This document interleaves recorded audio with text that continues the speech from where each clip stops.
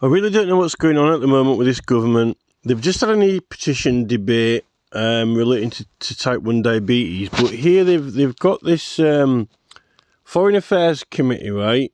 I think that has... Can you believe this, right? They've had representatives from TikTok, Meta, Facebook, and to the Foreign Affairs Committee, because they had an inquiry on disinformation, right? I really don't know how this government has got the cheek or nerve to look how serious this meeting is. Huge potential creative upsides for more than 4 years ago when the war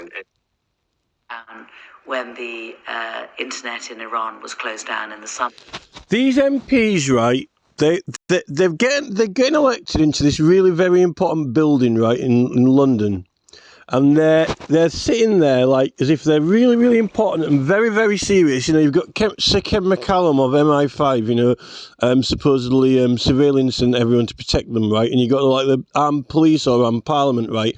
Very serious people, right? When we know that in the Privileges Committee, they've lied, right? They've lied in the Privileges Committee about it not being used for criminal, when that's the whole point of enacting it into the 1840 Parliamentary Papers Act, right?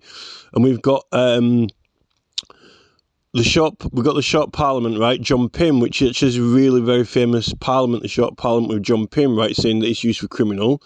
And then how can the Sergeant at Arms of Parliament even operate, right, when he's working, doing his job, right? The Sergeant at Arms of Parliament needs to use it, right? So, and then the House of Lords ended up, the Speaker stepped down and they got a new Speaker in the House of Lords, and the two candidates, one was called Bull, and then the other one, not Drumglass, he's slipped my mind now, but he's called Forsyth, that's it. Lord Forsyth of Drum something, but not Drum Glass, right? He's now the new Speaker, right? But Bull didn't win, right? I'm glad that Bull didn't win, because you don't want parliaments full of Bull, right? There's got to be some meaning in that. There's got to be some interpretation. Like, you know, there could have been more candidates going forward, surely, than just two of them, right? You know, Forsyth versus Bull, right? So, you know, one of the members of the House of Lords, one of the Labour members, she was on that committee when she was in the House of Commons, right? And she's one of the people who contributed towards the false information, right? So Parliament are themselves making a lot of mistakes and putting false information out. The e-petitions team at the moment is still doing it now. They're lying about the reasons why you can't do petitions, and you can't even have someone who's telling you can't do petitions, you can't share them. It's not possible through the rules. It isn't possible in standing orders because they need to be changed in order to change the procedure. They only voted to have debates in Westminster. That's the only vote they had. There's nothing in the standing orders that says that policy can exist. Only different other policies can, not for petitions. The staff are lying, right? And they're putting propaganda out on reasons why you can't have something when you can. We've got evidence that you can do things that they're saying that you can't do. Like, there's evidence that were forfeiture committee petitions. I mean, I've got them. And when you try and publish to prove that they're wrong, to challenge the government, disagree with it or criticise it, then they won't let you put the evidence up there, right? So the e-petitions is the worst misinformation on planet Earth at the moment. The government of England's own e-petitions committee, the team, one of them is called Mike, I found out. I don't know if that Sean Harris is still on there or not, but we're trying to find out who they are, right? It's such the word propaganda, putting false information out to mislead people, right? E-petitions is a propagandist machine on the part of the government side at the moment. And then they're trying to stop us doing this petition about Keir Starmer's Pension Act, when it clearly says in one of the committee reports, 1944, that you can do it about petitions as long as it's pensions, as long as it's legislation. And I found another committee report on police pensions, right, You can do it on all of the police pensions, and the higher the grade, the higher the rank, the more of the public interest it is, like Keir Starmer for the CPS, right? So I've just got even more evidence now to prove that I'm right, and that e-petition service is the worst propaganda I think that's ever existed in the history of England. There's never been anything as worse from the government. And, you know, I have found in that 1994 Petitions Committee, there's a Mr. Viant, right? He was on the committee for quite a few times, actually. That Mr. Viant actually admitted fault in that 1944 report. He said, we've been doing something wrong. We've been doing it wrong for a while. We should have been doing it this way, and we're sorry, right? So he actually admitted being in error, right? That's the correct thing to do, the good thing to do, admit fault, right? But then the number 10 Downing Street website ended up sending petitions to government departments when sometimes we're opposing government departments, or government departments have done something wrong, right? Or we're in opposition to them. So the situation is that they're calling out all these platforms for misinformation, this government, right? When they're doing misinformation, they're withholding really important services from us, like the usage of Parliament to enforce and uphold our processes and procedures of using Parliament, like when we're doing protesting and supporting public bills. And I found out that for private bills, which is another usage of Parliament where we should be getting enforcement and services, there's hardly anyone doing it. There's like one, sometimes two private bills every session. I thought there would be quite a lot. It turns out that no businesses or councils are using it. I don't really think councils need to use it anymore because, you know, when they got control of council, they do what they want. And if Labour have got control of multiple councils, and a lot of the businesses always get what they want anyway through money, like, you know, building McDonald's and all these other things, you know, no one knows they can challenge them through private bills, because for us, for community groups, apparently it's quarter of the price. Instead, they keep telling us that we're going to do judicial review when it costs a fortune, 10, 20 grand. And there's only like 6 or 7 parliamentary agents, and no one ever recommends them. We've been scammed. They've been running rings around us, these Labour Party, but not even fairly. It's like they've completely lied and cheated to do it, like they're doing with e-petitions. They're running rings around us with e-petitions by pure lies to get what they want. I can't take these people seriously, like this woman here, right? I mean, these type of people, right, and like the type of woman that was in the Michael Westwood. After they did that Michael Westwood petition, they made all emails so you can't see who signed your own petition, but like it's a legal claim. You need to know who's legally signed your petition because it's a very serious legal claim, right? It's like Cop 10 when you merge as a party, right? What happens if you're doing it in one constituency and you want to tell your MP who signed your petition and you need the confirmation email to show them? It says someone signed it, right? They're trying to make Parliament into the most, like, serious thing ever. But when it comes to us, they're treating us like absolute children or rubbish. Or like flicking us like fleas, when they are the ones who are in misconduct, they're the ones who are in contempt, and they're the ones who are putting the misinformation out. And then they've got like Meta and X in front of them here, right? It's very strange timing, right? Because I complained to the Speaker and I've complained to MPs, right?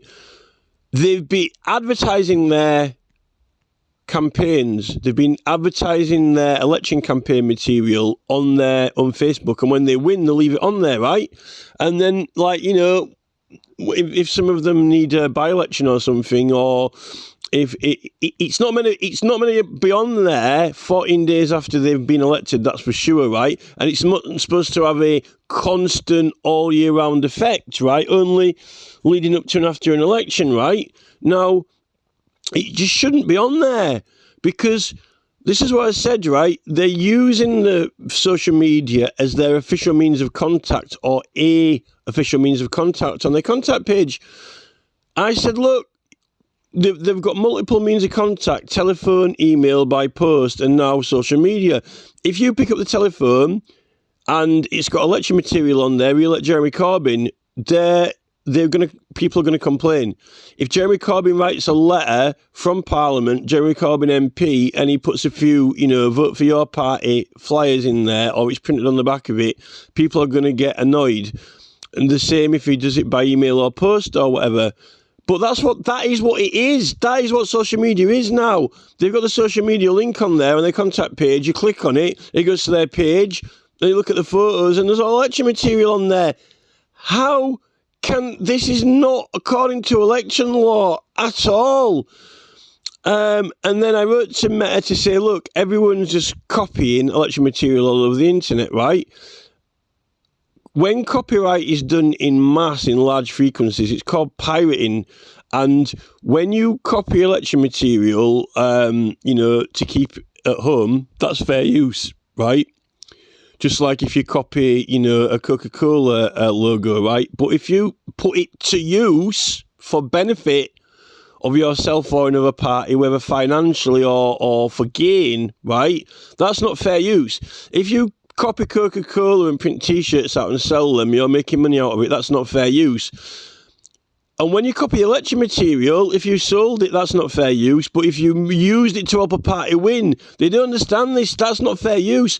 Copyright, not to keep for your own private personal use at home, to put it to use and affecting gain, which is gain in an election, right? That's not fair use, right?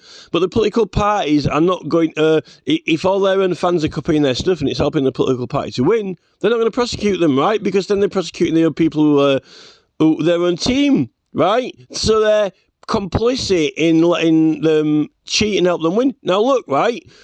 If everyone just printed out Labour stuff and the Labour candidate stood up and he won, and he wouldn't need to spend any money on the election. He wouldn't need to spend any money at all, and then it wouldn't need to be regulated because he wouldn't actually have to do anything.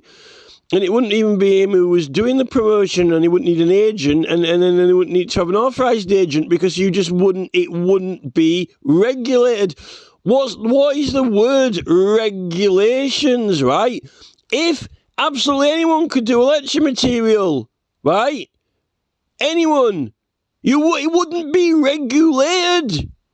It wouldn't be regulatory. What is the word regulatory? To measure and restrict how many people can do it and how much is spent on it and what is done. They're trying to make out that there aren't any regulations, but there are. But they've all been doing it, all the main parties. And, they don't want to confess it because the country's already in uproar against Keir Starmer anyway, so they're just ignoring it and pretending that, they're the ones who are putting misinformation up, right? They've all broke the election law. They're all doing it. They've used social media to their advantage and they've rushed ahead with it, like what Nick Clegg said. Nick Clegg's like, his social media platforms are rushing ahead. It was them. They were rushing ahead. Clegg went on the radio as a presenter during his election campaign. No one challenged it. Like Farage with his talking pints type of thing. But Clegg did it more sneakily, right? This is scandalous, and I've actually written to Mark Zuckerberg. I said, look, what are you going to do about all this copyright and election material? Because these people are getting elected into government and ending up sitting there like this woman. This woman sat there, right? In a very, very, very, very serious position, right? And then you got Ken McCallum, we're paying for the whole MI5, protecting the building, right? It was very serious. They're the ones who have broken the law. They're the ones who are breaking the law. I write to Mark Zuckerberg, right? Say, what are you going to do about this election copywriting? Because, it's actually worse than sex. Because, it's very easy now.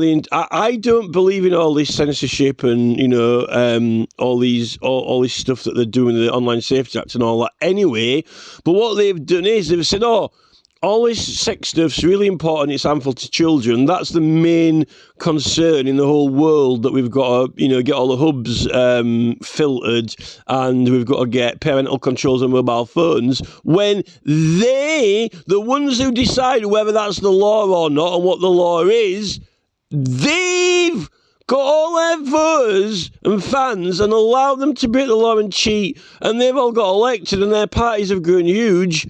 to get into government to decide what the law is or not anyway. And that's not the most important thing, apparently. Misinformation and child, sexual images from child's more important than what the law is or is not, right? And that's just absolutely unacceptable. The conduct of these MPs, and it's so dangerous and serious that they can't confess it, because now that this e-petition system that has rejected so many people on false information, I don't think they're going to do a Mr. Viant from 1944 confession, right? And then you've got Keir Starmer, he's the Prime Minister. He's not letting me run a petition about his pension when I provided... This is not misinformation that I'm showing, because I'm using... The only evidence I'm using is Parliament's reports. The evidence I'm putting forward are Parliament's reports, their own reports that says you can do it. Yeah, you've got this Mike guy saying you can't. He's a compulsive liar, right? And he's rejecting my petitions. And then you've got, a local ancient site I'm trying to protect, a petition for Lisa Nandy, and they keep rejecting that, and it's really urgent. And I did a proper objection under the 1979 Archaeological Areas Act, which that is a set claim. It's a fixed claim that you're entitled to do if you've got a right of occupation, if it's public owned. It's a fixed set claim, right? The claim is set in law. It's one reason, right?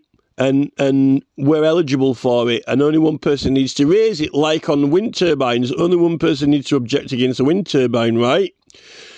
Although the wind turbine only needs one person and one objection, it's not a fixed or set reason, right? It's a fixed and set number of people, which is one. You only need one for it to stop it. And obviously the reason could be different reasons, like, it's in the way, or you just don't like the sound of it, or whatever. In fact, the reason is not set, but as long as, it's a true reason, you don't want that noise there, it only needs one person to object, right? With the ancient monuments protection, it's also, you can have more than one person, but as long as you've got one person, you don't have to have all these different reasons. It's a one fixed set reason, which is you have to have an interest in it, a future interest, right? In ownership, you don't have to buy it. You don't have to purchase it or buy it, and you only have to have the interest, right? Because in Scotland, they petition for a certificate to protect it from the Secretary of State, or Historic Scotland, or whatever it's called, right? Or in Wales, like the Historic Wales group, right? And the local council totally ignored it. He ignored it and blanked it, as if I haven't put it in. And I think that the poet laureate turned up to even make a representation for that thing, and I think he was ignored as well, right? I really don't know what's going on with that e-petition service, and what's going on with the MPs with their election campaigns and material. And then they had this, they had the by-election. They've just had this Merton by-election. It was only a local council election. It wasn't MPs, it was local council. But the turnout was under, I think it was 30% or under. It could have been 29%. Do you know how small turnout of an electorate that is, right? And I think the Labour won on 1,004 votes or something, which is literally like the last Labour brick. Even Labour voters aren't turning out because they've lost faith in these MPs. And there's all these parodies all over the internet now that I don't think people are going to vote for them. There's so many parodies of Nigel Farage. Now, it doesn't... The copyright aspect is about the logos and the material, right? Like the Reform UK logo, or the Labour Party logo, or the Conservative logo, or whatever, right? That's copyright. But on elections, it's not just copyright, it's actually the candidate themselves. Like, it's promoting the candidate, the person who's standing. They're not meant to be promoting or showing the candidate, right? Unless it's coming from the actual campaign itself, right? And the TV are only supposed to show it in terms of the processes of the election, right? How it's going and who's in it and who's winning. They're not supposed to be doing any other advertisements for any of the candidates unless they paid for them, right? Now, look, when I first learned about all this, I was like, I going back, when did all these problems start? And I think Spitting Image was one of the main contributors towards it, because they had voting in elections and Rosettes in there and Margaret Thatcher. And I looked at the figures, and actually Margaret Thatcher did herself get a few more thousand votes after the election after Spitting Image started. Her vote count did go up from her previous figures. So I think it did have an effect on it. And this is about like Nigel Farage talking pints type of thing. Now, what they've got now is AI parodies. These AI parodies have exploded all over the internet. I mean, I could change the screen to it and show you it now, right? In fact, maybe I should. Hold on. So I'm just on my page now. And by the way, this page is evidence and an investigation, right? So when I put some, it's for evidence purposes. I really don't want to share these political materials, but it's like, how can you call it out? How can you complain about it, right? Here's one of the committee reports I've just got that proves that, you can do petitions about pensions for not only police, but CPS. And the more high ranking they are, the more public accountability there is, right? Thank you for joining me today. Bungle and Zippy, it is a great honour to have you here. So, when do you want to deploy us to Iran then, Sir Keir? Oh, there's really no rush, lads. Probably So around... there's a parody. Great Scott. Well, Scooby, it looks like we've found the intruders, but now we need to unmask them. Raggy? Scooby, take their masks off.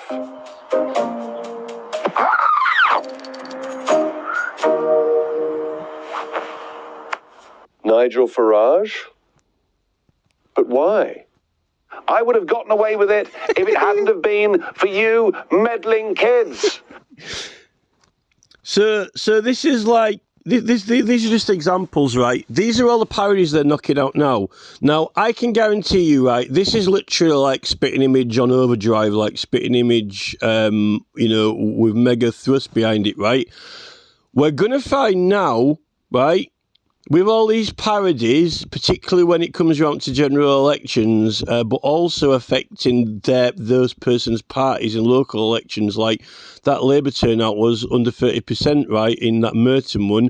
And then I beg your pardon, we had the Green Party, right, in the Gorton Denton by-election.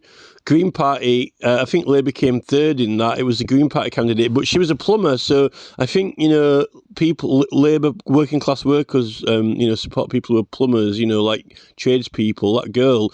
But they didn't have the proper material on their advertisements. I don't know how long it'll take me to scroll down here. There's David Lammy wanting to take juries away, right? I might have to pause. Oh, here we go. Right, look, there's the girl who won, right, and they're saying the police did an investigation. I don't know whether that's true or not, but it checked out on a couple of websites. I think there was at least one news website that reported it, so maybe it is true that they'd had an investigation, but I haven't heard any more about it since, right? I reported in because, look, they've got all those Green Party placards, and it says vote for Greens, and then in small underneath it just says Green Party, but it doesn't say that it was ordered to be printed by the Green Party, and it doesn't say the name and address of the print shop, like Megaprint in Manchester or whatever company is printed by Megaprint in Manchester. If you go onto the Electoral Commission website, right, they've got rules and you can clearly read them, right? I took a screenshot of the rules on the website saying that the placards have to have the name of who printed them and who ordered them to be printed. Why? So then the ones that weren't ordered to be printed by the Green Party, the ones that weren't the ones that aren't regulated, and they're not allowed, because the only ones that are meant to exist and be allowed, right, are the ones that are done through regulations, right, and they don't even comply with the regulations. I think that the Electoral Commission, they don't know why they're there. They just think they're there to turn up at some kind of counting hall and count tickets from polling stations, and that's it. I don't think they get a full grasp of the influential matters on elections. And I put a freedom of information in saying, can you send me in the post a list of all acts of law that you believe are still in force? Now, how can they haven't replied to me and they haven't sent them. But if they're meant to be regulating elections, right, if they're supposed to be like policing elections and they're responsible authority, at the headquarters of the Electoral Commission, how can they enforce or be ready to enforce elections and the law if they don't already know all the laws that are in effect, or if they haven't got a list of the laws in effect? Now, wouldn't you think that if you were the Electoral Commission of all England and it's fully funded by the public, wouldn't you think that on the wall there, right, you'd have like, you know, some post-it notes or a chart or print out lists already on the wall to use to refer to of all the election laws that are still in force, updated by the government, and then you know which legislation you can enforce or needs to be enforced when people ring you up and report things because you're the authority on it, right? It shouldn't actually take 20 days or longer to get that information. It should be like they should have that there already, right? Already on the wall, right? To look at. It should be there, like we're updated from the government, right? And because I want to see that in 1948, not the 1948 Act, the 1949 Act on that list, because that's enforceable. And it says you cannot show or display the candidate, right? In the run-up to an election. And it's not just in the run-up to the election. It can be proved that they've been doing promotion outside of that period and that they intended to use it to boost their popularity. It's just the 14 days is because it's easy to prove it, right? It's not a set thing in law, because if you read some of the the election petition cases, it just says that obviously the further away it is from the election, the harder it is to prove that there was an effect. But if you've got Talking Pints that have got Nigel Farage on them and he's got all these guests on and it's boosting his popularity, like Talking Pints, and he's got all these like high profile guests on like Jim Davidson and Priti Patel, right? And it's clearly making him popular. And it's getting closer to the election, right? And then they leave them up and don't take them down, so they're online all through the election, right? Then it's the thing, if it's a TV advert, it used to just flash up and show and then disappear when it's gone, unless someone recorded it on VHS, right? And that's obviously copyright for fair use, unless you use it for something else, right? When you had like...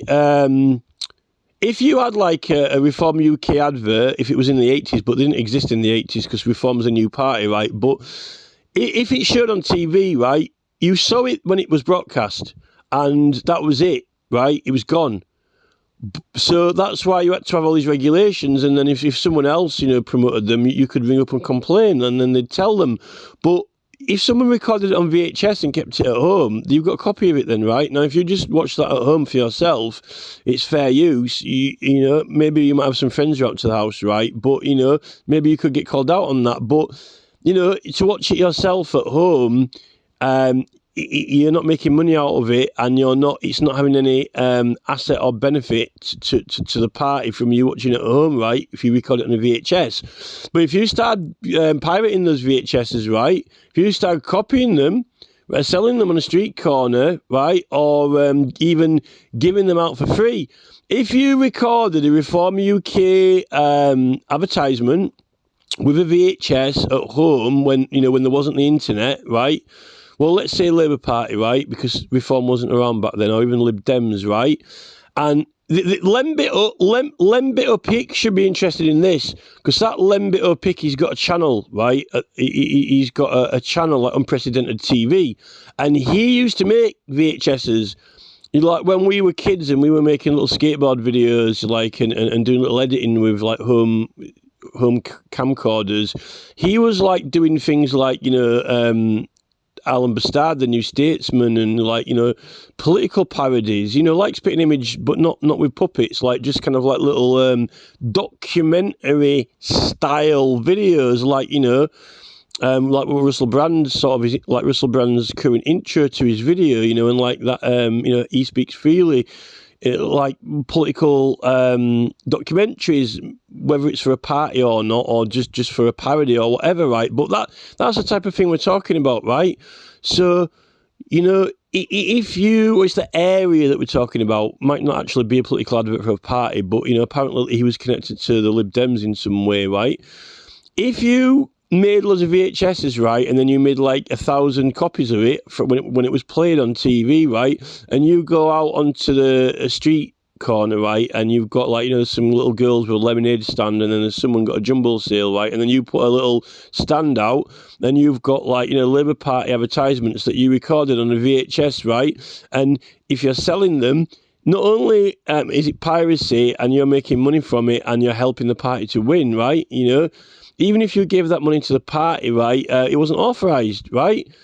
Unless they've authorised you to do it as an agent and they've taken note of it, implied spending or notional spending or whatever you want to call it. I don't care, right? It's sort of notional implied spending, right? You know, it's piracy. Now, even if you gave them away for free, you're helping the party to win, right? And it wasn't fair use in copyright, and that's why the whole point of regulations are there, regulatory, right? I just don't think that MPs, but they don't think that there are any regulations anymore. They think that, hey, this thing was invented called Facebook and YouTube, and they thought a little fairy got a wand out and just went like, sprinkled fairy dust like around the planet like Santa Claus and said, hey, everyone can copy what they want now, and you can put any videos up, and no one gives a toss, right? No one gives a fuck, and those might be swear words that I've just used, but I think that it requires swear words at this point, right? Hold on.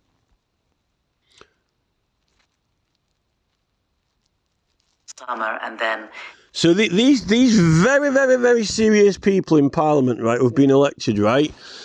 They are, I just can't believe how scandalous they are, right? They are the ones who've broken the law and allowed it and been complicit in it and even doing it themselves, right? Like, I'll waving a little flag saying, oh, you know, like, I've got my election material on my MP contact, right? And they're calling Meta in and these big platforms over something completely different, nothing to see here, right? A different subject, the wrong thing that Meta needs to be called in over, right? They're doing it over, oh, so all this disinformation out there. What can we do about all this mis and disinformation? Well, what can you do about mis and disinformation at school, right? You don't have to prosecute or ban it. There's a natural learning error, you know, if people are wrong, right? There's a natural learning curve if people are wrong about things. And, you know, people don't have to be right all the time, particularly like it was jokes or comedy. But there shouldn't actually really be jokes and comedy about elections because it's something that's regulated and they shouldn't really have done a spitting image, right? Now, those political parodies that I just showed you, right, they are going to, if they continue to expand and take popularity, I mean, I shouldn't really be putting them on my page, but my page is meant to be privileged and it's showing evidence and complaints to the government about what's going on. But I shouldn't really be putting them on there, right? I don't really want to, but actually, to be honest, I've found them hilarious those last few, right? Those parodies right now are going to be the end of Keir Starmer and government, possibly even Farage, or it could be the end of political parties. It could be the end of all political parties, you know, if they continue to do those parodies, and they might just not end up taking, people might just not turn out to vote. There's a chance at the moment, right? I know that the Speaker of Parliament, you know, might not believe this because Merton was only like a local election, but if people completely, absolutely lose all faith in politicians, and it's clearly obvious they're cheating and they're lying, no one's going to vote for them, right? And then you're going to have people winning on like 500 votes, you know, even maybe in general election or in by-elections, you know, the figures might be as low as like, you know, local councillor election, right? You know, people just won't vote for them. And you know, maybe it's good riddance because look, right, they're in a position now where they've done that much wrong that they can't confess. They can't confess because the public uproar would just be too intense and too outrageous. So they've got to ignore it and pretend that there's nothing wrong. But you're doing even more misconduct by doing that, right? You're doing even more misconduct and even more lies. And, you know, this video, this is, I sincerely, honestly, solemnly declare that this is the truth, right? My evidence is from their reports, right? So when I put the evidence, right, I haven't produced it, or they have, right? And it is reading it, interpreting it, and applying it. You know, here are petitions around government pensions, and the higher the rank, the more public accountability there is, right? Police or Crown Prosecutor, and more so when it is legislative. That means that if it's an act of law or legislation concerning pensions, that is the one that they said that you're allowed to do. And that's what Keir Starmer's pension plan is, right? And, you know, the whole country aren't happy with him, right? He's got to be democratically accountable. And for when he was in the CPS, they're blocking us from doing the petition about it, right? When we can do it, and I've proved that.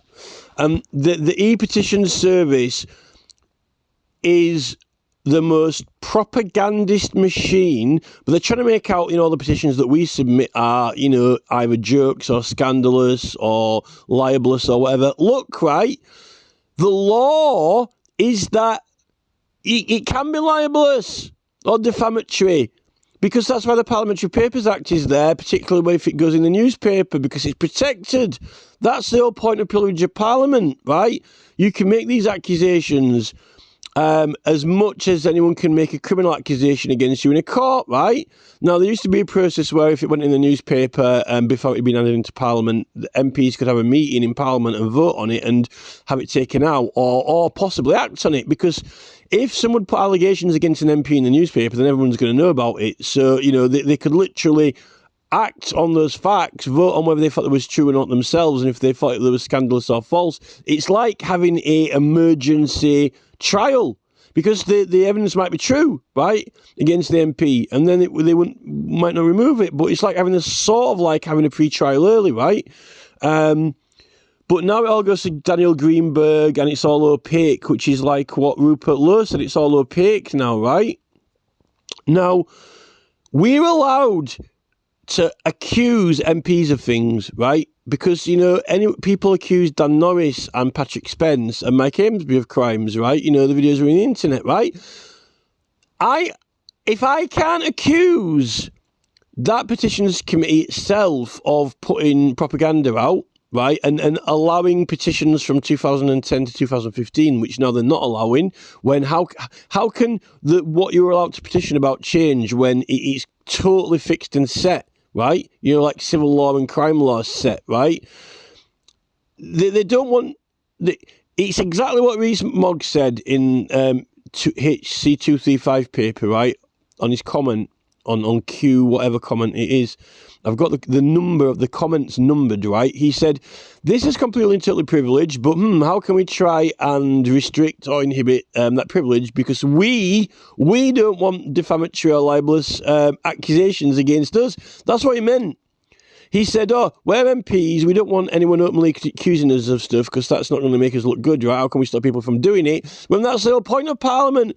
Parliament is called to redress all grievances and amend and strengthen the laws, because they can't be prosecuted. They don't like the fact that they can't be prosecuted in the Magistrates' Court or the Crown Court, and not supposed to be in the High Court, but they can be prosecuted in Parliament, and they don't like the fact that you can actually call them out in Parliament. It doesn't have to be through Daniel Greenberg, because standing orders have not changed at all, right? And you can accuse them of doing something wrong, and they can be held to account in Parliament. You can collect the signatures on it, and if you've got a strong case, that's their problem, right?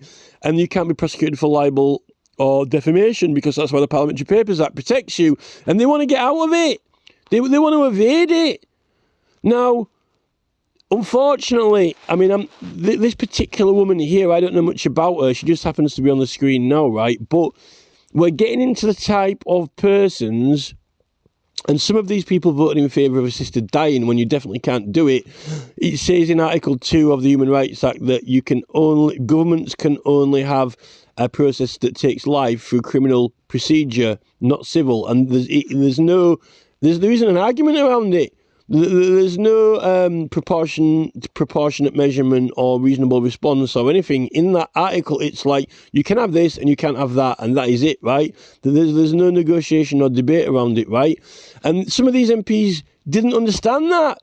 They couldn't understand the law. And some of them have voted in favour of assisted dying when you can't have it. They're not professional. They can't know what they're doing. And then you've got like Tony Vaughan KC, who's on the petitions committee, who voted in favour of it. He can't be a King's County. He can't understand the law. And it's not a fact of making a case against it, or we'll try to prove it. When you go into a court and you're a barrister, right, there's so much you can argue and there's so much you can make a case for. But you can, when something in law says you absolutely can't do it, right, it's not a proportionate response or a reasonable response. And a lot of magistrates now think that the whole, like, world is their oyster, or the whole, like, they can decide, right? You know, squeeze your hand. How you put a fist together and squeeze it lightly or firmly. What is a reasonable force there, right? They always can decide what is a reasonable force or not. What Sally Perkins or John Simpson or Philip Johnson, whichever magistrate is in there, they goody. I get to decide how tight the fist is squeezed. Was it proportional or not? In absolutely everything. Was it a reasonable force to kick that door down? Was it a reasonable force to punch that person? How hard? Was it a reasonable force? What was the meaning of this behind, taking someone's wallet? Did you take them to deprive it of it? I get to decide, right? I don't do that law, right?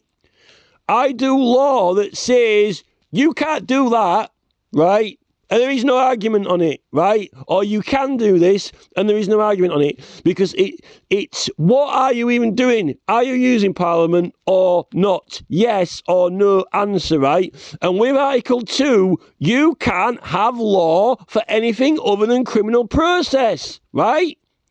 Now, if Tony Vaughan KC doesn't understand that, he can't possibly have qualified for a King's Council. Right? He can't have passed the test. Now, who's assessing these people and giving them the qualifications, right? When they enter a competition, and then you've got the High Court prosecuting, Priti Patel. Well, not prosecuting her, but bringing an action against her. It did used to be called a prosecution civil still, right, in the olden days. A civil action against Priti Patel, for putting the prescribed group, but putting the prescribed group into legislation was putting it into the schedule, which is legislating, and it's not an act of a public authority. And therefore, how can you have a judicial review of it when it's not an act of a public authority if it was an act of legislating? And, if so, the Ombudsman won't act against anything that's a legislating act or an MP. The Ombudsman won't act. They'll say, we can't act, right? We can only act on public authorities. So why isn't everyone going to the Ombudsman now? This is Suella Braverman has said that they should scrap the Human Rights Act. I don't think it needs to be enforced through the right to privacy, because all the Americans have come in and totally broken that law and violated it, and Amazon and things like that. They've got us to consent to accept illegally when they're not allowed to take our privacy away for business and profit purposes, right? Only for urgent pressing social needs. And there can't be an ulterior motive. It's all of it's ulterior motive for Oracle. It's all ulterior motive to go towards Oracle for Larry Ellison, even the 15-minute cities, and Rachel Reeves with the paper mile for the fuel to measure. Everything is to Trojan, surveillance, and monitor everything that you do and throw the facial recognition in. It's all for towards Larry Ellison's Oracle. It's all ulterior motive. It's not about how much petrol you pay, how much tax you pay in petrol. It's not about controlling where you go around the city. It's not about facial recognition for criminals. It's all or nothing. It's either we're going to all work towards Larry Ellison's Oracle, and then we're going to use different guises and excuses to try and get there. So there is an ulterior motive. Now, I don't know what's going to happen now. Because when you get to these really serious things, it's like the Exorcist. Like the Exorcist, and all spooky things happen, and things like strange events occur. Right when it's like when the pressure's on. We've just had one of our main councillors, who was the mayor, a Lib Dem, mysteriously die when I've kind of like tried to get our council to do something about the scheduled monument issue and the whole issue of we should have been doing private bills to the government, and there's lots of things the council should have been able to be opposed in to Parliament, but the e-petitions person won't let us collect signatures on it for public business, and hardly anyone's doing the private business, right? All these weird things happening, and then this that place that railway station building in Scotland burned down. We've got all these issues about this assisted dying. The Scottish government are involved in assisted dying, the British government are involved in assisted dying, and the Jersey government are involved in assisted dying, right? But you can't do it. They've fraudulently made out the document because they've falsified it. They've used a case that actually is all about what the person wants or thinks, when Article 2's got nothing to do with what the person thinks. It's irrelevant what the person wants or thinks. Article 2 is what can the government do and what can't they do, right? What can they have and what can't they have, right? And that is it. And they're distracted away from that as much as possible and filled in their declaration of compatibility with jargon and a case that's not relevant. And then they said, oh, yeah, it's compatible. They didn't even explore the language. What does it mean to protect life, right? What is the meaning of to protect life, right? Keep it alive, which the dictionary says that it's to keep it living and in the live state, regardless of whether it is in happiness or misery, right? They didn't explore any of that at all. It's a terrible report. It's a terrible document, which supposedly is there to, someone who's official signs it to say, hey, this is compatible with human rights. It's not. They've lied, right? And these are the type, and all the Jersey government are all independents. They're not even Labour Party, but I think they're all in with the European.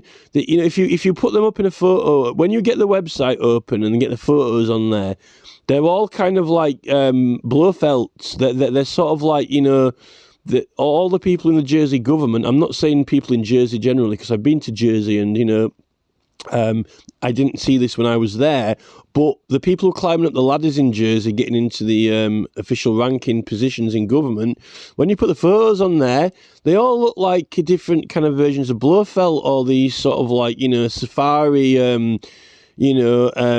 the empire, they all look like people who've sort of like, the dynasty or the relatives of people, from, like the Indian War and Empire, when we had like, with the safari hats and the whole thing, all these sort of like Blofeld looking type sort of people, or, for all the well-spoken posh English kind of like, villains that you've got on James Bond, like the Spectre agents and stuff like that, right? They look like that, but they're all independents. They're not specifically the Labour Party or not, but clearly they all believe in all these values that, they've got in Klaus Schwab with his, World Economic Forum, Tony Blairites. So, it's not specific to the Labour Party, but I just don't, I think some of them are misled. But you can't, some of them are meant to be constables, right? And deputies, they're meant to have like legal status. They must be either lying to themselves, or some of them, it's kind of like, they must have known that it's not legal, but when people with high rank start to, get the Dutch courage out and say, like, it's like, once one person in the room raises their hand and another one, they get the confidence. What they've done is they've managed to like get on the blag, and they've managed to coerce and convince each other that they're gonna bluff that they can do it, And then because, like, you know, once a few of them start bluffing that they can do it when they definitely can't, then they all get the courage to put their hands up and vote. And that's what happened in the English Parliament, right? So that they're being misled, they're on false Dutch courage. I don't know what's going to happen. They're not going to run up to this. Like, you know, in Keir Starmer, he's carrying on like a steam engine, like nothing's going to stop me, right? He's not going to... Starmer's not going to be all or nothing, because this is the essence of why the Crown Prosecution Service is corrupt, even though their job is to supposedly prosecute criminals. I mean, I searched, you know, have any Crown prosecutors ever been prosecuted since 1986, and it says that it has happened, but there were only a very small number of cases, like, you know, maybe less than a dozen cases, right? You know, and only, you know, how can it happen? How and when it can happen? Well, it's not happening as much as it should do, because people are reporting things and complaining to the CPS, and they're managing to, like Keir Starmer says, I've never lost a fight, which means that he's taken an oath to tell the truth, and what he's actually doing is he's doing what he bloody well wants, and nothing's going to bloody stop him unless you can prove it. Try and beat me, right? Which is nothing to do with honesty, integrity, and oaths, and acting according to law, and you know, the whole charade of the frontage of the whole, you know, all these rules they've got to follow in procedures and so forth, and the test. What the test is this, right? Keir Starmer's on the test now, right? Is he going to act according to law, and as he's sworn in on his oath, or is he going to continue to try to fight and not even be on trial? It's like Nuremberg, isn't it? He will, you know, because once he confesses that there's a case against him, then he has to stand trial, and then he can fight and defend himself in the proper, you know, rules of court, right?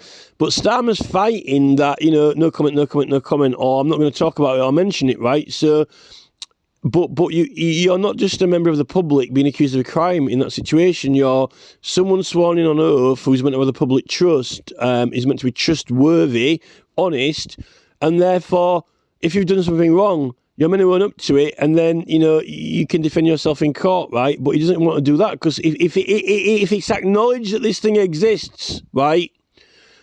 If they acknowledge it even exists, the accusation or allegation, right, then they're finished, right? Because everyone's going to be onto it.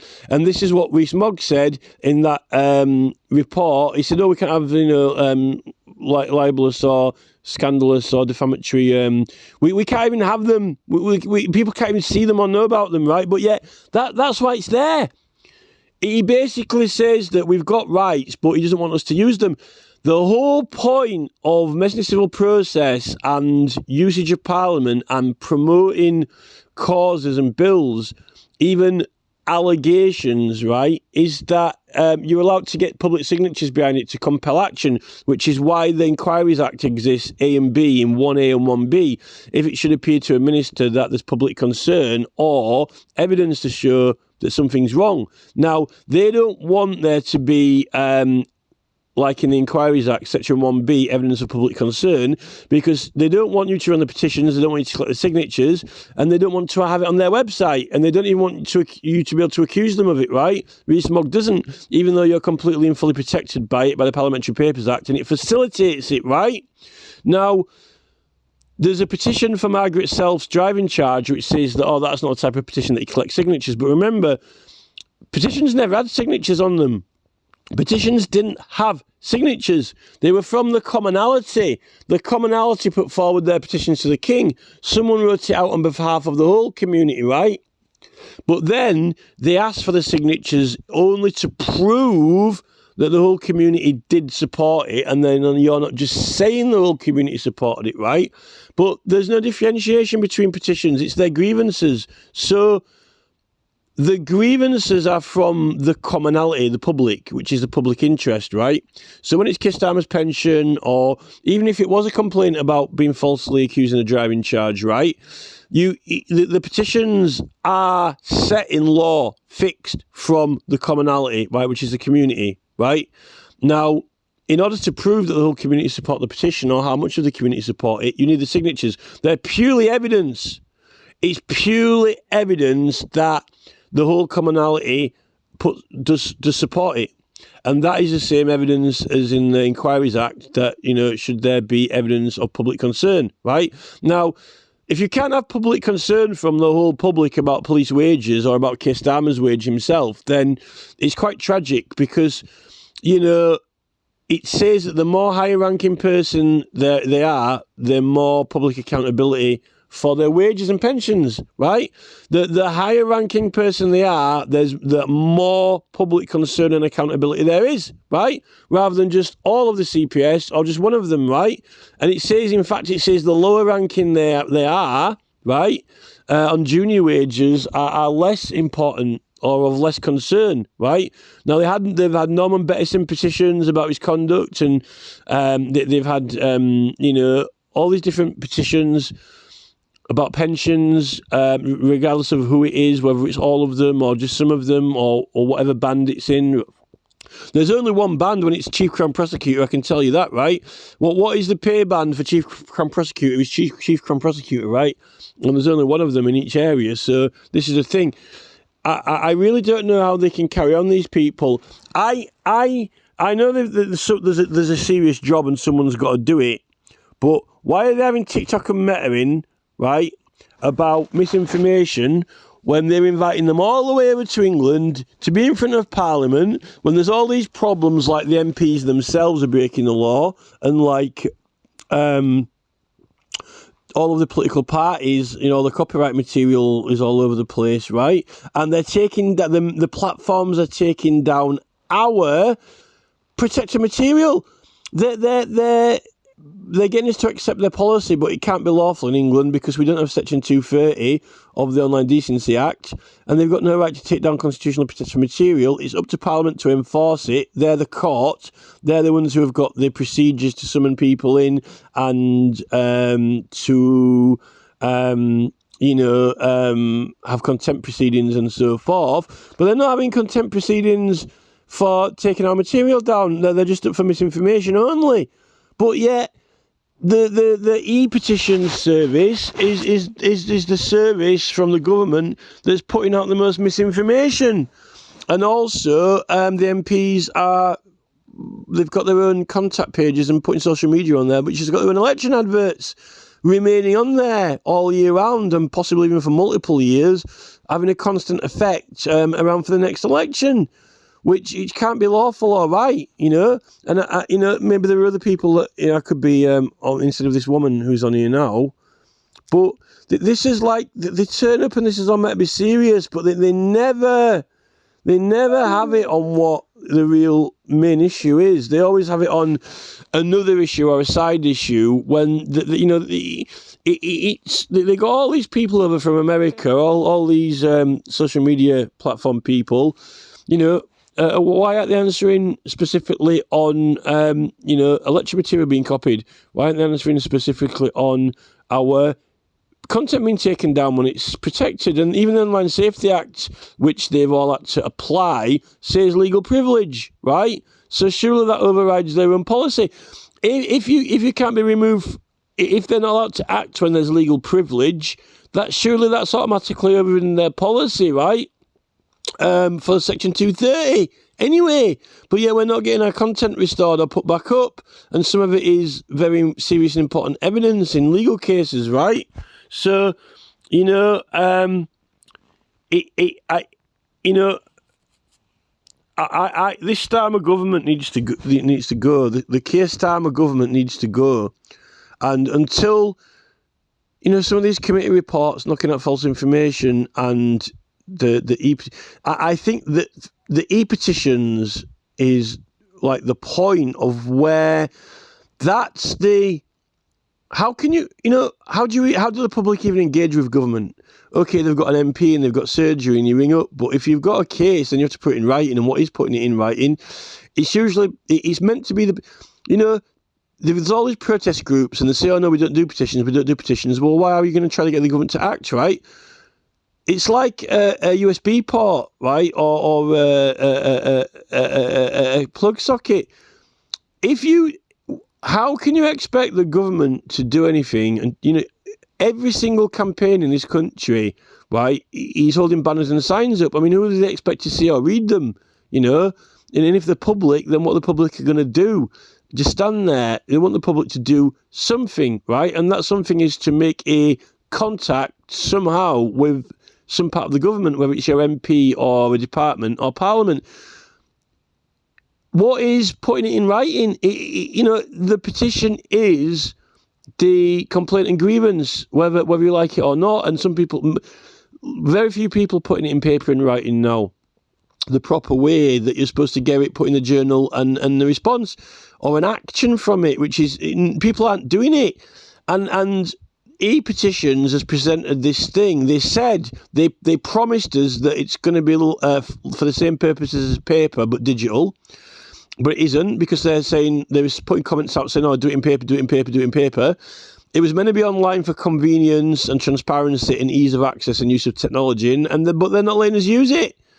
They're not letting us use it. They said, no, you can't use it for this, you can't use it for this, you can't use it for this. Absolute rubbish.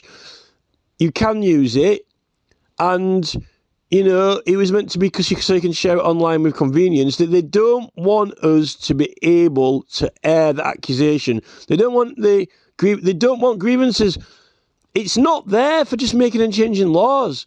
It's there for grievances. But grievances can have signatures on them because it's a grievance from a commonality. That's what it's meant to be.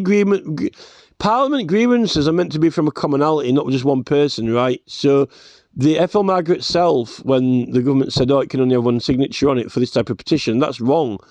I think that's wrong, because if you say, well, what's the law around it? It's not standing order. Standing orders, right, didn't appear till 1842. George Strickland voted against them, right?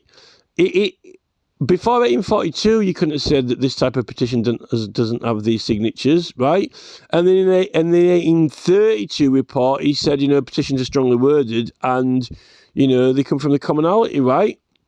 They didn't have these standing order, 153 or 152 or whatever they are, right? Before 1842. And that only regulates it once it's been handed in, not when you go around collecting them in public, right?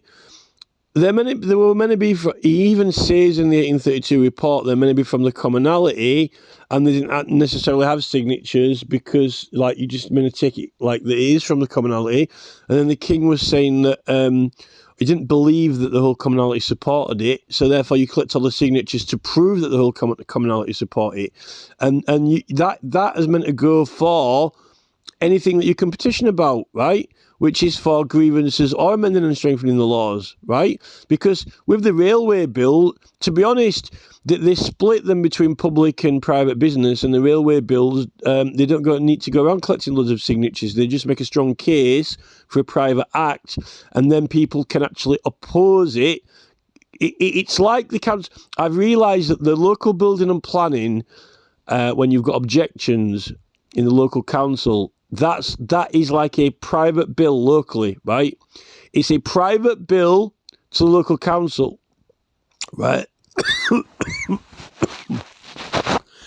It's a private bill, and that's why they've got to put notice up, because people have got a chance to oppose it and object, which is what you do in Parliament with private bills. You've got to put it in the newspaper. So when you put a private bill in through Parliament and you have to put it in the newspaper so people can oppose it, that's exactly what you're doing in the local council when you want to extend the building or even build a factory, and you've got to put the notices up to make sure you give adequate... and people weren't putting the notices up. And this is the thing. They built a lot of houses behind us and they never put the notices up, and I was going on that road all the time. They cheated it, right? And that's like in Parliament if you fail to put the advert in the newspaper when it says you've got to by standing orders, right? And that's why so people didn't have a proper chance to object. But when you do object, the councils are just voting it through anyway. They're not taking the objection seriously. Unless when it's like these wind farms now, it only needs one objection, and if one person objects, then, it's hard to say that one person didn't object, right? And, what's the reason? Is it a valid reason? But, like with the scheduled monuments, there's only one reason. It's a set and fixed reason that people can have if they're eligible, which is if you've got a right of occupation, which is if it's public ownership, which I raised. And they even ignored that. They just blanked it. And then the Poet Laureate turns up, right, and even objects, and they just still voted to pass it, which can't be possible, right? So what we've got is They're not following the rules. They're not following the rules, and they're not following the law. And what I think it is I just don't think that these people know the law properly. But then you've got people like Tony Vaughan who are in and around them, like, but KC, King's Counsel, some MPs are qualified legal persons, like the Solicitor General and the Policing Minister are supposed to be legally qualified, right? But, both, I'm having to rely on the Solicitor General now to try to get her to do something for me. She voted in favour of assisted dying, but if you're a solicitor, surely you can understand that Article 2, right? It's not on what you personally think or if you support the bill or not. Is it legally allowed? But who did the Declaration of Compatibility? It's fraudulent. There's no possible way it can be compatible, I think that since the 1800s, this diversity and inclusion thing, where getting people standing for Labour just because they're passionate about the law and or they're passionate about what the law should be or they want to make a change, but when it comes to it, I don't think they fully understand the implications of what they're actually doing or looking at, and some of them are misleading each other. And that it should be the people like, Tony Vaughan KC, who's meant to be the qualified barrister in Parliament, who's like, who calls it out and says, just a minute, the law says that, we can't do this or that because we've sworn an oath according to law. MPs, they think that they can do actually what they want, but they can't. They can vote to suspend their standing orders, but they've got to vote on it. They've got to act according to law, and there's a lot of statutory force regulating things that they're doing, like regulating our soliciting of petitions. They had to make an act to regulate petition signatures, the Tumultuous Act. It had to be put in law, but they repealed it. It's not actually controlled it in standing orders, and they didn't have the standing orders till 1842, and they haven't changed them. They changed them once to change it from petitions going to ministers rather than going to the committee, and then they changed it back again. And they haven't changed anything else that could possibly allow for this e-petitions service to be rejecting petitions before they're received, right? Because your MP hasn't even signed it at that point, right? So, and you haven't even finished collecting your signatures. You can't hand it in. It isn't completed and handed in until it's got all the signatures on it, and that's for sure, right? And that's what standing orders are for. And it says in that 1944 report, Sir Gilbert Campion, who actually wrote the Parliamentary Practice Book, says that if you want to change the procedure, you've got to change standing orders, but they haven't. They had one vote to say, we'll do a few experiments in Westminster Hall with any petitions that get 100,000 signatures. That is a later stage. And nowhere in standing orders does it say they can make a policy. I've had enough of these people, and they're just carrying on now, day by day. Every day that they go into that room with those green chairs and sound serious is a charade. Every time that they're in Parliament and, Lee Anderson puts his hand up and reads off a piece of paper, right? Keir Starmer is public enemy number one. He's in misconduct in office. He's not fighting anything. He's a liar. You don't get to fight anything when you're under the oath of office, right? You don't get to try and defend yourself, ignore something, hope it'll go away, not answer any questions, because you're not it's a responsible position, right? He gets to tell the truth, admit he's wrong, and then defend himself in a fair trial. That's what he gets, right? Nothing else. Any evasion or failure to, admit an issue or evade an issue, and he's just building up offences.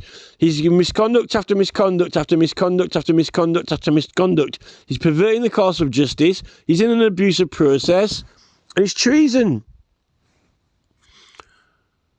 And I don't actually know who's the most treasonous of them all. And he's just appointed a tazar, right, for Muslims. A tazar.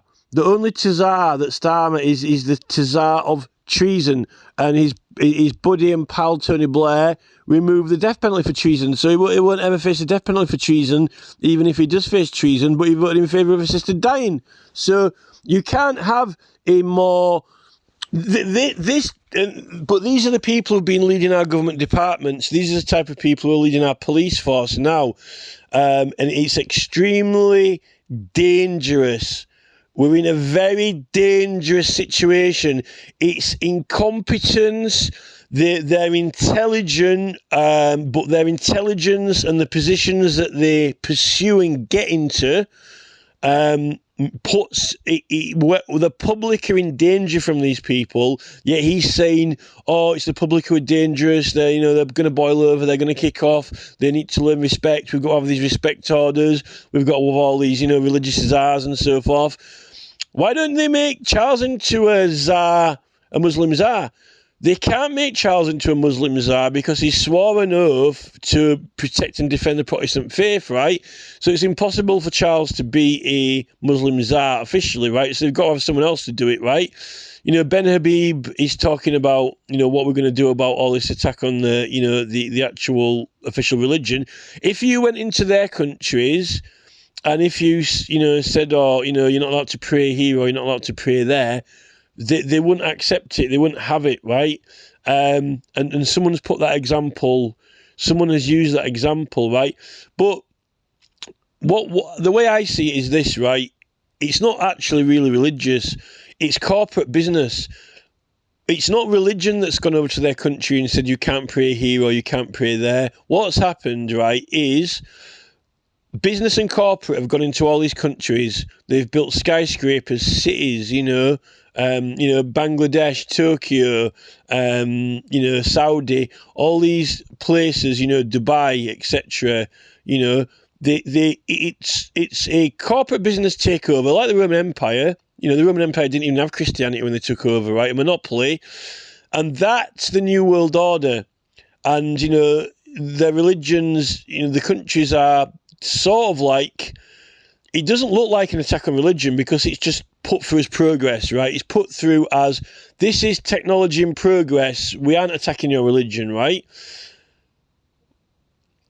But if you go into those countries, the way that business has gone in and expanded, but if you do it in a religious capacity officially, say, "No, we're coming in here with Christianity and we're taking over your, a Muslim or Islam," right? Then they would say, "No, you're not," right? And they would kick off. But because we haven't done that, instead we've gone, "Oh, we're taking over your country with business and corporate takeover." This is purely not religious, honestly, right? And what's happening is all the religions actually now are irrelevant.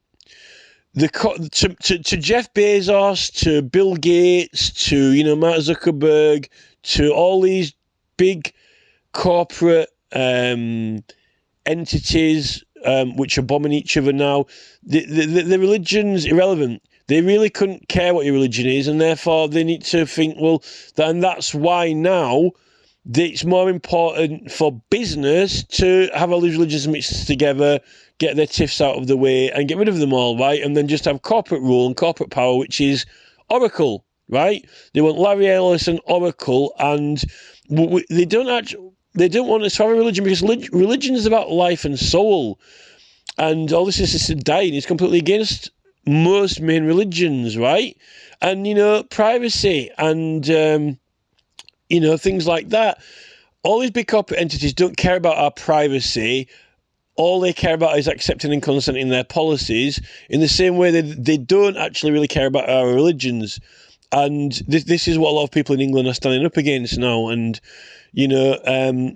I don't actually think that Tony Blair cares about religion. It's irrelevant, right?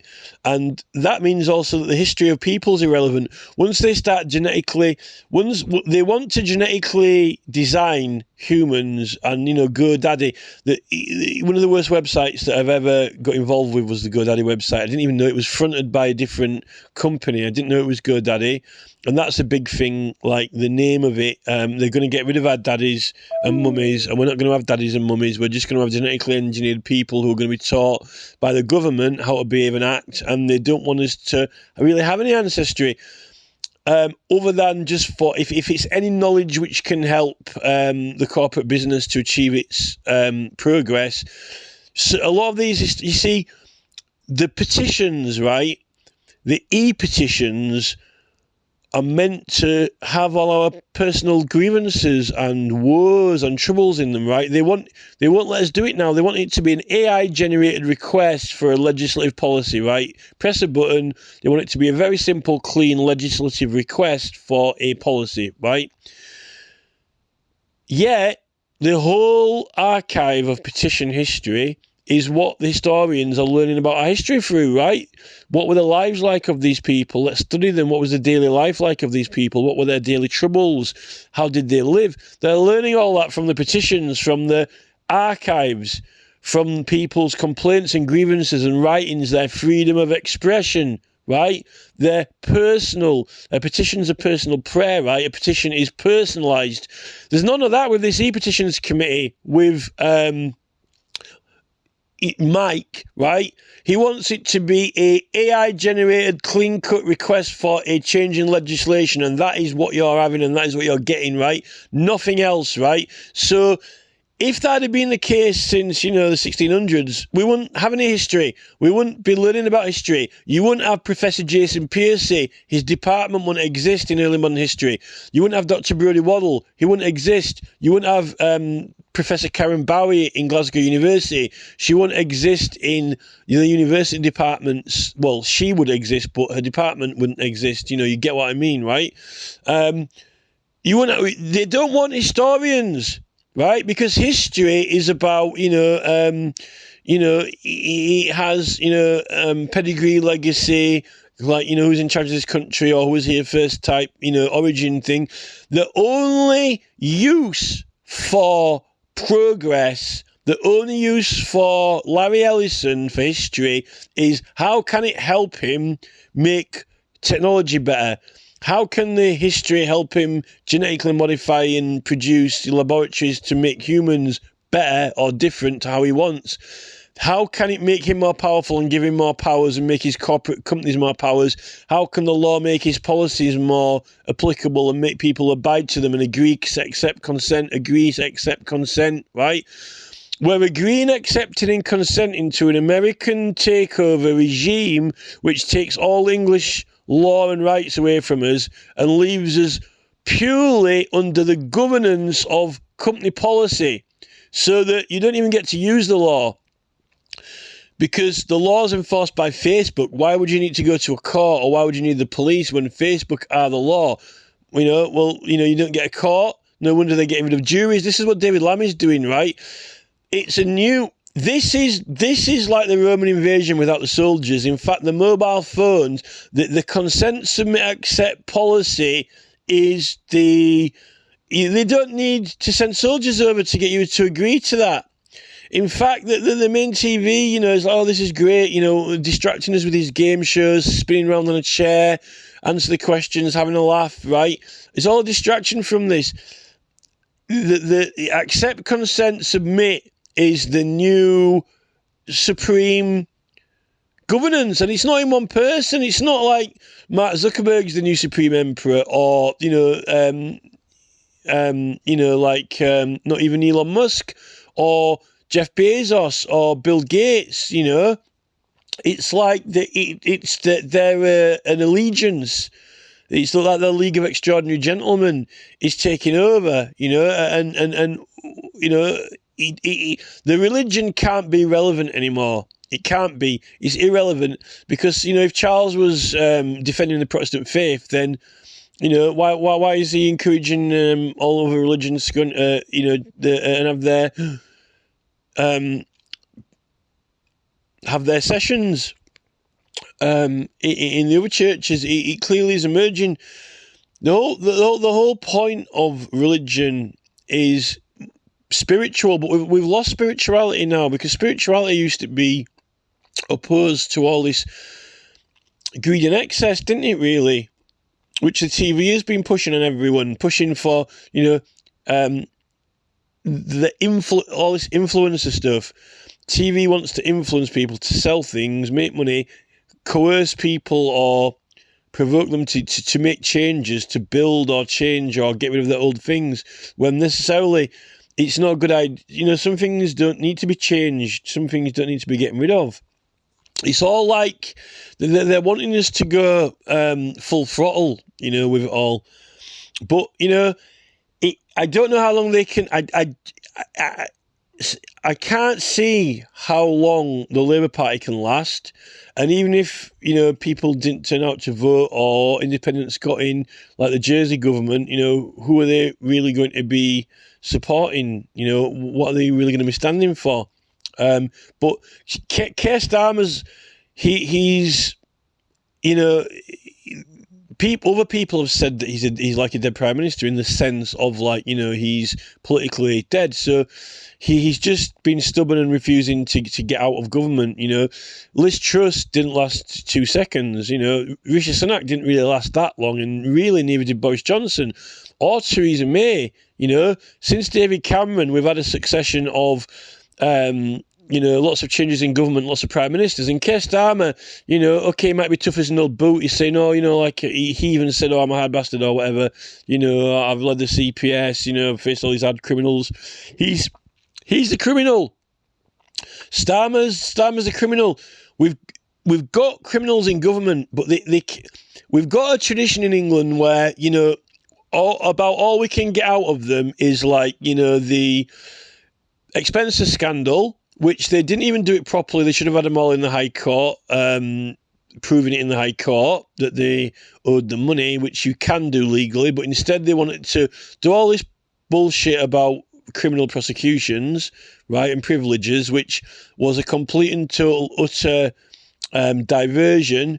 It shouldn't have had anything to do with criminal. They should have had them in the High Court, had them investigated if they owed the money or not, and then proved it, and then they could have sorted all that out after, right, without any problems in the House of Lords, right? But the newspaper wanted to have a scandal on privilege and all that, and the newspaper have got the power. You see, Jacob Rees-Moggs, like, who know we can't have all this libelous and scandalous, you know, stuff going around through public petitions, but as soon as a newspaper wants to prosecute, you know, oh, Lord Hanningfield, you know, they can shout out about Lord Hanningfield and have it in all the newspapers, and then use that pressure, that force, to make the police act and investigate it when they didn't even do it properly. They should have done it civilly in the King's debt, right? This is the problem. They're not letting us use e-petitions and collect signatures to compel action, which is essentially what it's saying in Section 1B of the Inquiries Act 2005. If it should appear that there is public concern about something, well, obviously it appears as public concern when they all sign a petition, right? How can you have evidence of public concern if they haven't all signed the signatures of 3 million on Michael Fickin Westwood's petition, right? You know, right? So then don't bloody want us to use that. They're not letting us use our website that we're paying for, right? They're saying, you can't use it for accusing us of anything, right? Yet, the newspapers investigated Hanningfield and had it all over the freaking newspapers. That's how they got the police to act, right? By raising public awareness and causing a public stir, right? But yet, we're not allowed to use the e-petition service for that. And when we do use the newspapers, they've been charging us VAT illegally, right? And Rees-Moggs, one of the people with a newspaper family, as well as Rupert Murdoch and and George Osborne's in with the newspapers, Nick Gove, the Spectator, now in with the newspapers, is utterly and completely scandalous. So everyone, it seems to be talking about anything except what needs to be talked about and done at the moment, and that is this e-petitions blockage, this obstruction to justice and the commonality putting their signatures together to prove that the whole commonality does agree on it, and that, Keir Starmer, well, they did on Michael Westwood's petition, and the government, I don't know, and then we did a paper petition to say that can all MPs stand up who have got signatures on that petition. They didn't do that, and they said, well, we're not going to have a vote on it because we know how we're going to vote, so we're symbolically not going to have a vote on it because we know how we're going to vote, yet,